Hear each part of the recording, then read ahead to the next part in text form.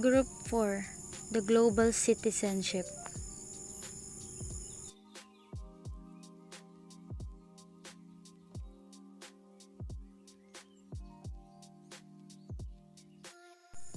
The presenters, the leaders, and the members.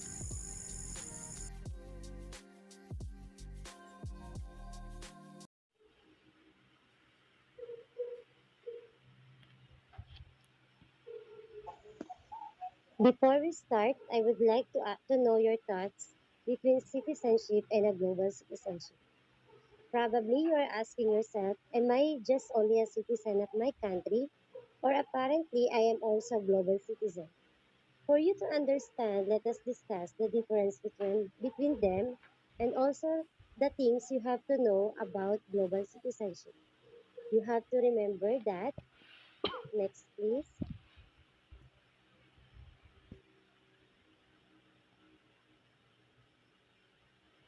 You have to remember that citizens have rights and responsibilities within the country in which they enjoy citizenship. In other words, you are a citizen of your country that has a right and responsibilities if you are a Filipino or natural born Filipino, same with if you are American or natural born American. You may call yourself a Filipino citizen or American citizen because you are born from that country without having to perform any act or perform their citizenship. Let's continue. When a global citizen transcends political borders and assumes that the rights and responsibilities can be derived from being a citizen of the world. It means that you are a global citizen if you are aware, understands the wider world and their place in it. It is where you take an active role in their community and work with others to make our planet more peaceful, sustainable, and fairer. Next, please.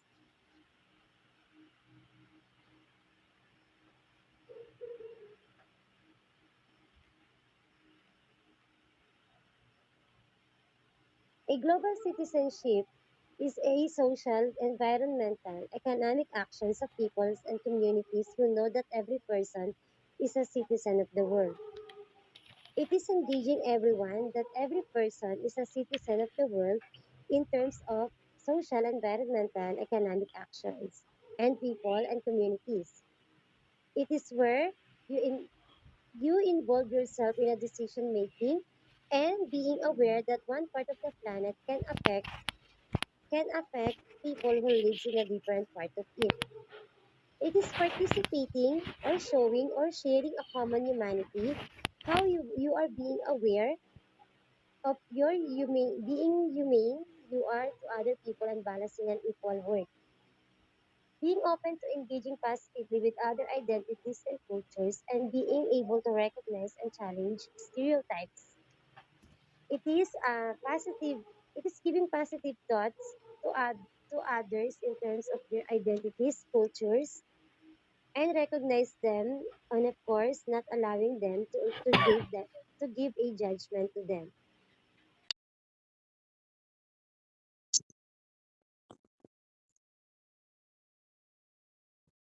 or GCED, is UNESCO's response to these challenges. It works by empowering learners of all ages to understand that these are global, not local issues, and to become active promoters of more peaceful, tolerant, inclusive, secure, and sustainable societies. Here, during globalization, the education rapidly enhanced and will develop. In this status, the global citizenship education has been developed that empower the learners for all ages and become the promoters of the different diversities.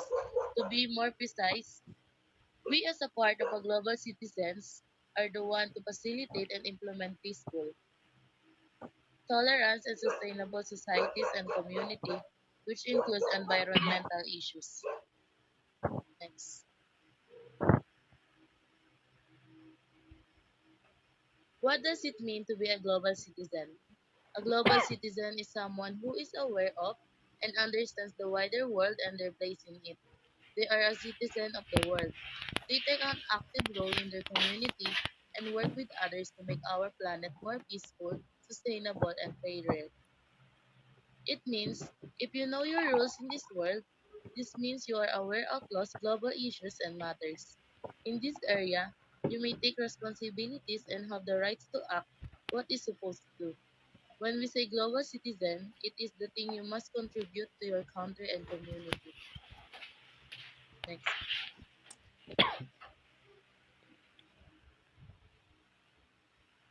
Here are the examples of global citizenship. Global citizenship involves exploring local and global connections and our views, values, and assumptions. Exploring issues of social justice locally and globally. Exploring the complexity of global issues and engaging with multiple perspectives. Applying learning to real world issues and contexts. And opportunities to make informed, reflective action and be heard.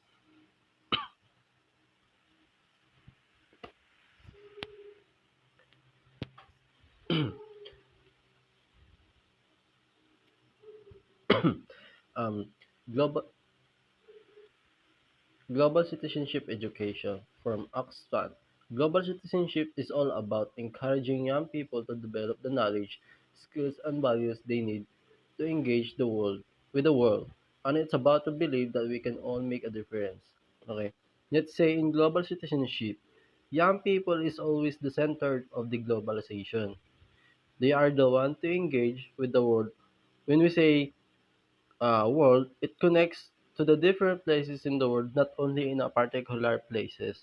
For example, there's a lot of privileges from other different countries that they offer a lot of the great opportunities, like studying abroad or working abroad. It means it can be obtained through learning. By promoting the global citizenship, some innovative activities can help wider the knowledge and skills. Okay. Education for global citizenship isn't an additional subject for and a framework. It is a framework for learning, reaching beyond the school for the wider community, and it can be promoted in a class throughout the existing curriculum or through a new initiatives and activities. That means uh, we are a part of the growing global citizen.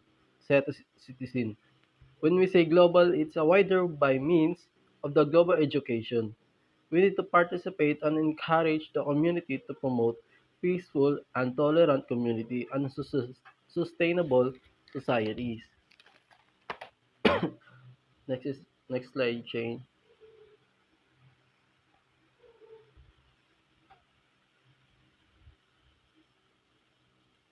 Global Citizenship Education or GECD.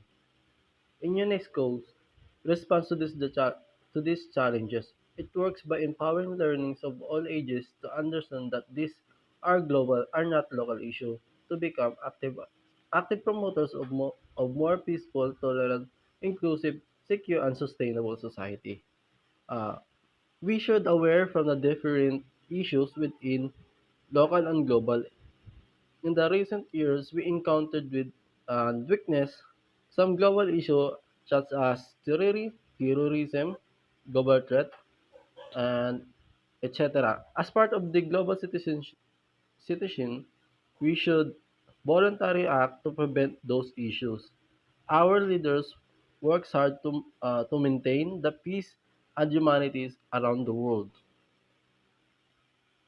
Next slide, Shane. Um, let's talk about the benefits of the global citizenship. First is build their own understanding of the world of events. Involve themselves to what's the reality, which is the young people will help to involve. And second is think about their values and what's important to them. Always give importance in every possible outcomes. Third, take learning into the real world. Engage yourself to the world as part of the citizenship. Challenge ignorance and intolerance, which means educate yourselves and be aware to the global issues and get involved in their local and national and global communities. Always keep updated to the surroundings and participate to those activities within your community. Develop, develop an argument, and voice their opinions, always listen and observe. And lastly, say they have a power to act and influence the world around them, and be more courageous and encourage to them to your and encourage to them and your or yourself to be more active about innovative ideas that will may help to improve the young fellow citizens. And next is let's go to the another side, another slide. Then The five qualities of global citizenship.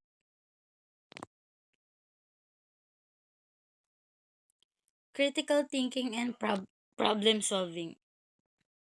Critical thinking about the global issues is imperative, using methods such as inductive and deductive reasoning, as well as analyzing how various elements interact with each other, will help students produce innovative solutions to these issues.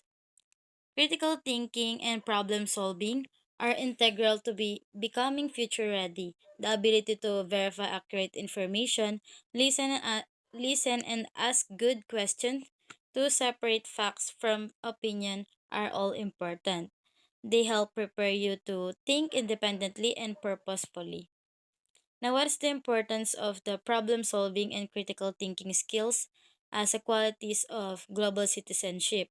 It is important because they enable students to deal effectively with social, scientific, and practical problems. Simply, but students who are able to think critically are able to solve problems effectively. Merely having knowledge or information is not enough, and also critical thinkers enhance problem solving skills, makes them better at their jobs and better at solving the world's biggest problems. Next.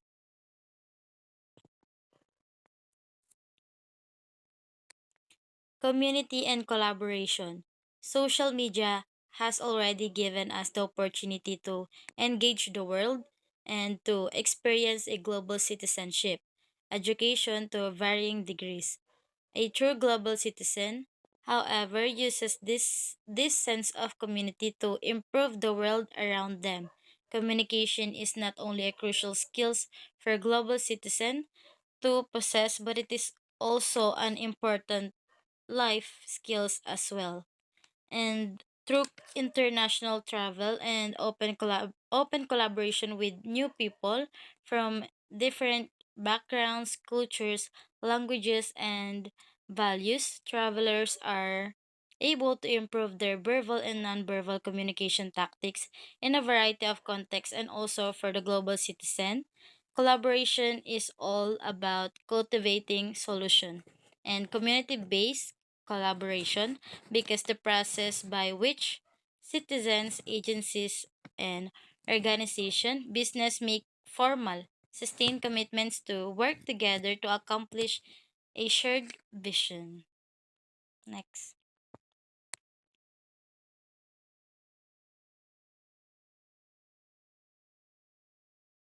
Okay, next is technology skills. Let's make this short.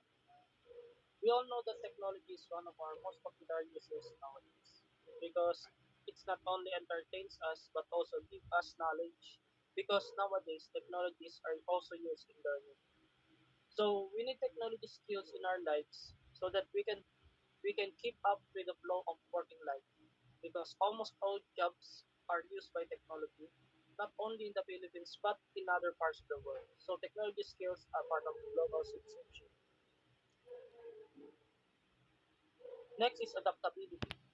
Adaptability is one of the qualities we need to have because this is where we can learn how to get along with different people. For example, you go to a foreign country. Of course, you don't just go to a foreign country where you can only talk to Filipinos. So you have to adjust how to deal with other foreigners. And then, what if you get lost places that are not familiar of you? Of course, what you will do is to deal with foreigners so that you can go where you need to go, even at work.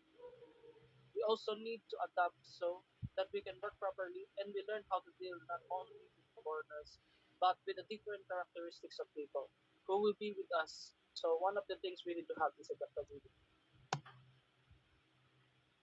Lastly is cross-cultural awareness. Like in adaptability, we know that communicating with people whose culture is different from ours is very difficult because each culture has its own differences in the way they follow or in the faith.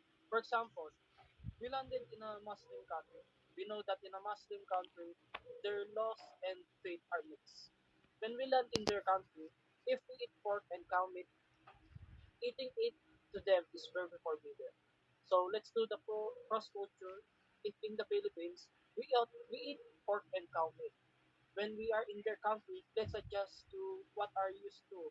It, in the Philippines, we need to live with it and train ourselves to deal with their culture. So we don't insult their culture and we can get used to what culture they have. So cross cultural awareness is one thing we need to have as a global citizen.